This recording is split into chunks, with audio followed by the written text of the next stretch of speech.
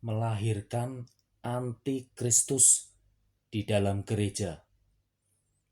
Injil Matius pasal yang ke-23 ayat yang ke-15, Tuhan Yesus berkata, "Celakalah kamu, hai ahli-ahli Taurat dan orang-orang Farisi, hai kamu orang-orang munafik, sebab kamu mengarungi lautan dan menjelajah daratan untuk menobatkan satu orang saja menjadi penganut agamamu, dan sesudah ia bertobat, kamu menjadikan dia orang neraka yang 2 kali lebih jahat daripada kamu."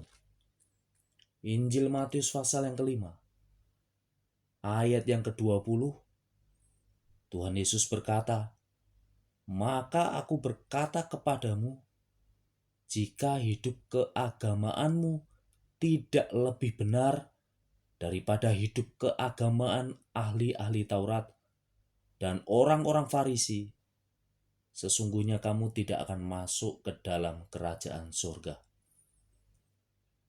Pendeta dan gereja akan melahirkan antikristus di dalam hidup jemaatnya jika tidak mengajarkan bagaimana harus hidup 100% seperti Tuhan Yesus Kristus pernah hidup.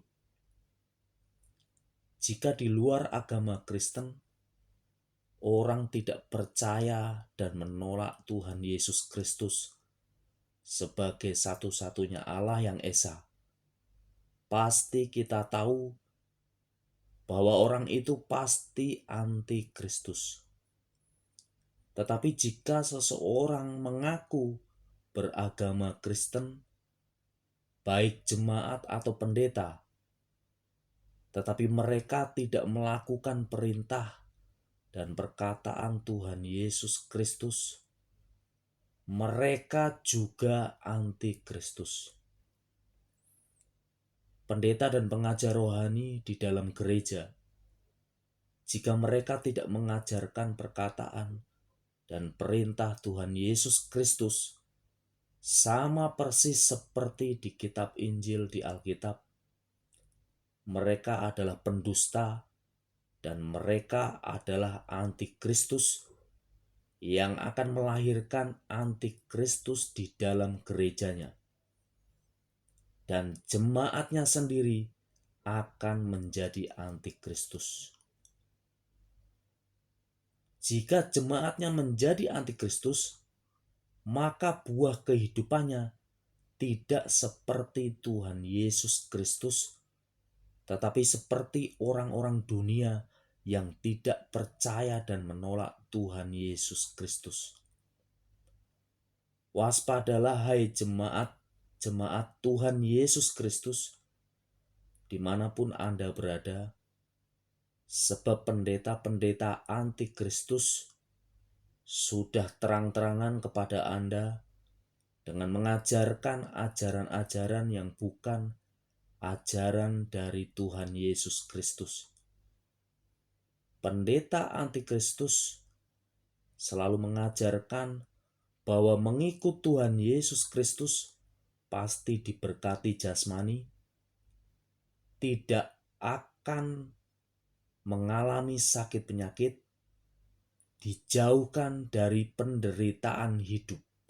Itulah ajaran dari pendeta antikristus. Tuhan Yesus Kristus tidak pernah menjanjikan bahwa mengikut Dia akan selalu baik-baik saja.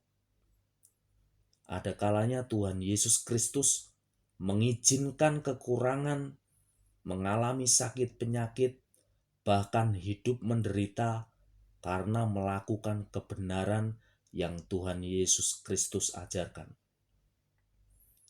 Mengikut Tuhan Yesus Kristus bukan masalah kaya atau miskin, sehat atau sakit, berkelebihan atau berkekurangan, tetapi Tuhan Yesus Kristus mengajarkan kepada kita untuk mempercayainya apapun masalah yang sedang kita hadapi.